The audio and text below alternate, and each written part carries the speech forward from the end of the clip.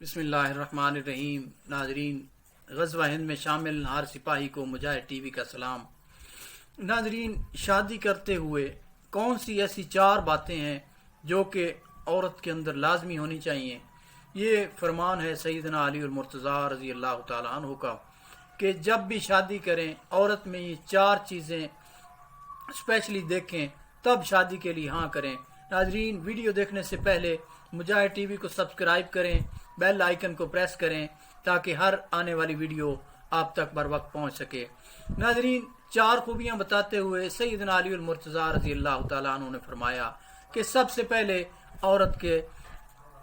کے پاس مال و دولت کو دیکھا جانا چاہیے، دوسرے نمبر پہ دین و ایمان ہونا چاہیے اس کے اندر، تیسرے نمبر پہ حسن و جمال دیکھنا چاہیے، اور چوتھے نمبر پہ اس کا حسب نسب دیکھنا چاہیے کہ وہ کس ذات سے ہے۔ تو اس شخص نے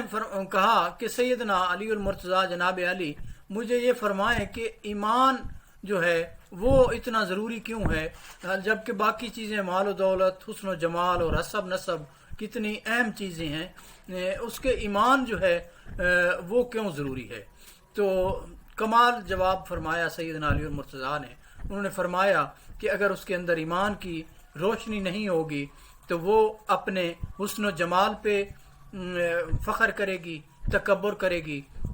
اپنے حسب نسب پہ تکبر کرے گی، اپنی مال و دولت پہ تکبر کرے گی، لیکن اگر اس کے پاس ایمان ہوگا تو وہ نہ تو اپنے حسن و جمال پہ تکبر کرے گی، نہ ہی اپنے مال و دولت پہ کرے گی، اور نہ ہی اپنے حسب نسب پہ تکبر کرے گی۔ لہٰذا جب بھی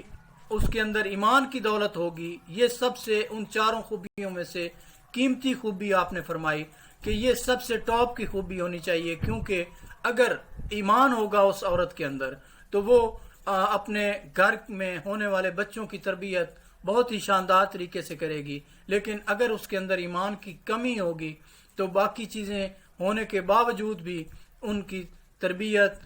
میں تکبر آ جائے گا، جو کہ اللہ کو کسی بھی صورت میں قبول نہیں ہے، کیونکہ تکبر صرف اللہ کے لیے ہے۔